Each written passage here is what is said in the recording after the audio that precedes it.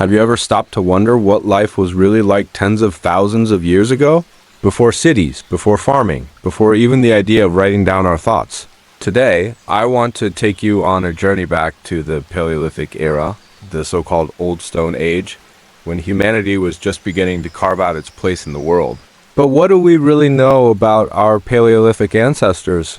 How much of what we think we know is based on evidence, and how much is simply our own imagination filling in the gaps? The Paleolithic period stretches back an almost unfathomable amount of time, around 2.5 million years ago, until about 10,000 years ago.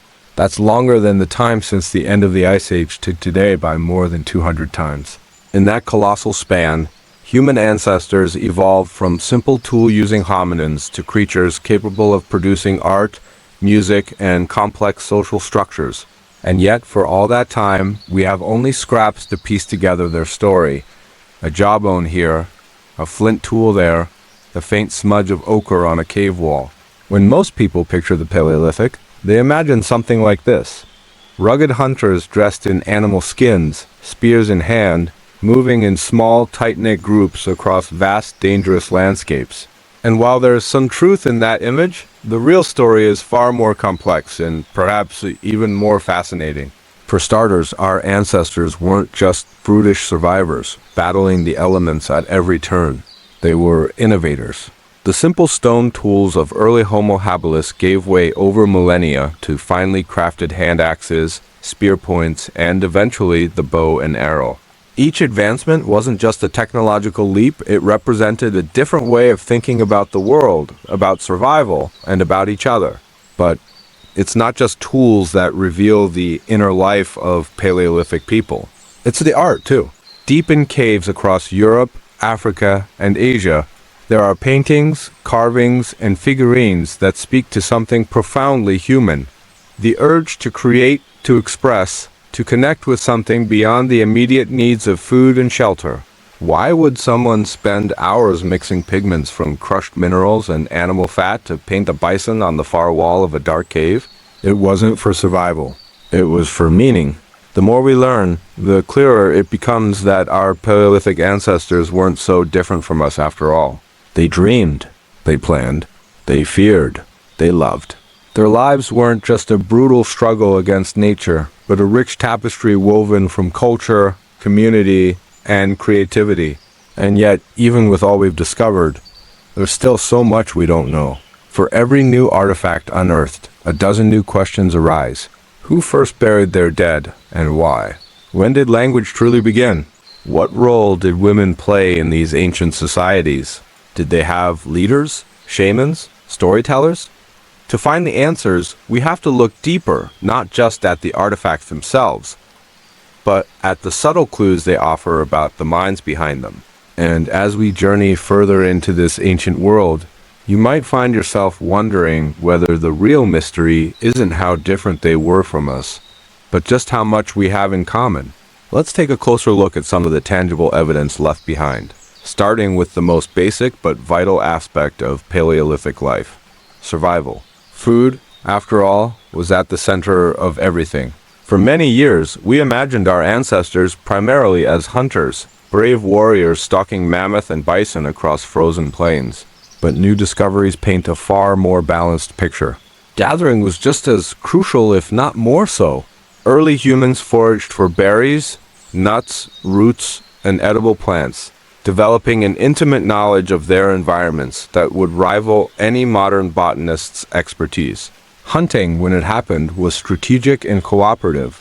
It wasn't every man for himself, but a collective effort that required planning, communication, and trust. Archaeological sites show signs of complex traps and group hunts that must have involved detailed coordination.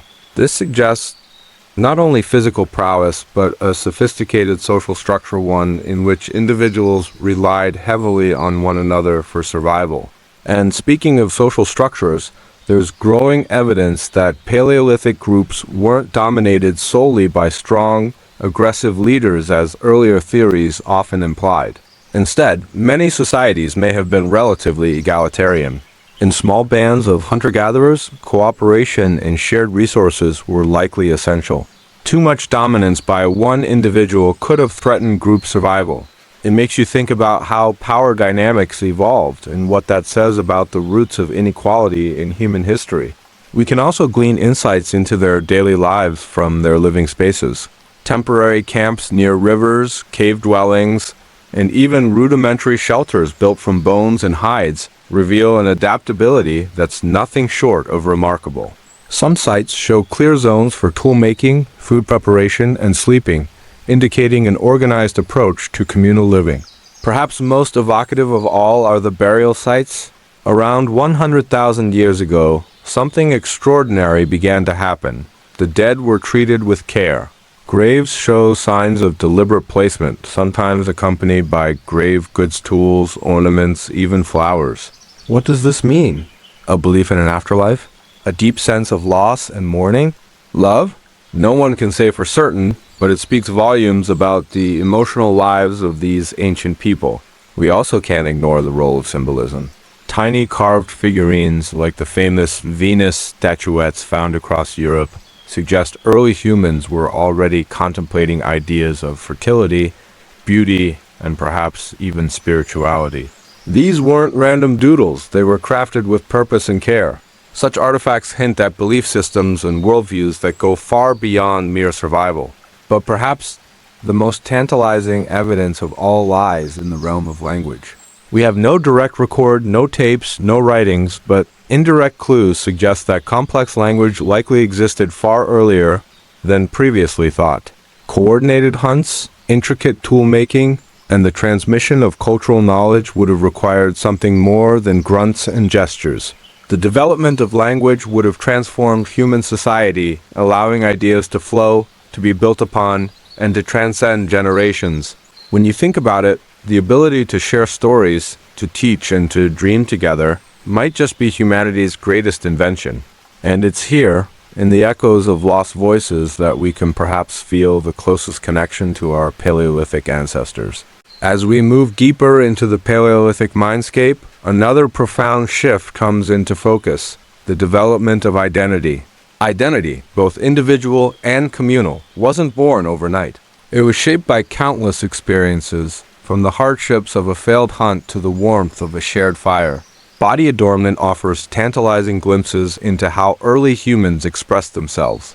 Beads made from shells, teeth, and bones, often meticulously drilled and strung together, have been found across sites dating back tens of thousands of years. Some even showed traces of ochre pigment, suggesting early forms of body painting or tattooing. These decorations were more than mere vanity. They signaled status, group affiliation, and perhaps even personal achievements or rites of passage. And then there are the ancient footprints, literal traces of lives long past. In places like Latoli in Tanzania and other sites across Europe, preserved footprints offer haunting evidence of family groups walking together, sometimes adults, sometimes children playing alongside them. These silent imprints are a poignant reminder that behind every artifact, every tool, and every painting, there was a real person with hopes, fears, and dreams. Music, too, may have played a role in their lives. Flutes carved from bird bones and mammoth ivory some over 40,000 years old have been discovered in Germany's Swabian Jura region. These instruments, capable of producing a range of tones, suggest a culture where music was not only present but perhaps essential. Imagine sitting around a fire, under a sky blazing with stars, listening to melodies that carried stories, memories, and emotions across the vast silence of the night. As complex as their inner worlds must have been, Paleolithic humans were also deeply intertwined with the rhythms of nature.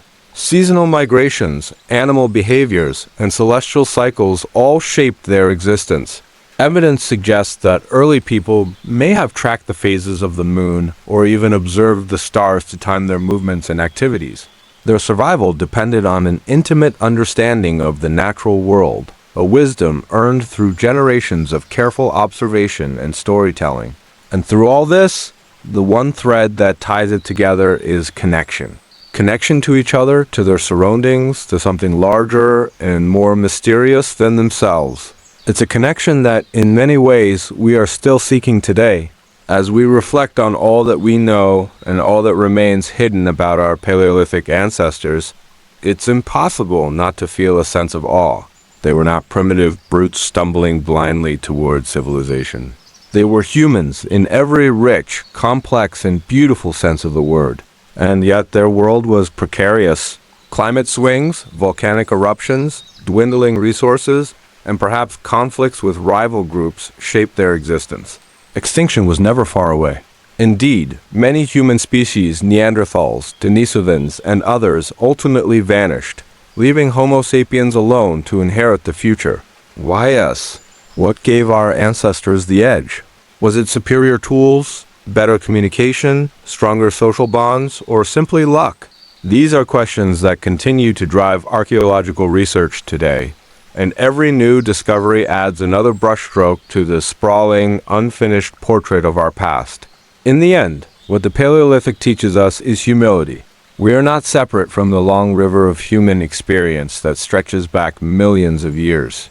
We are the latest chapter in a story written in blood, stone, and starlight, a story still unfolding. So the next time you hold a stone in your hand or gaze up at the stars, remember, you are not so different from those who came before you. Their dreams, their fears, their songs, they live on quietly in all of us. And maybe, just maybe, by understanding their lives a little better, we can find a deeper understanding of our own.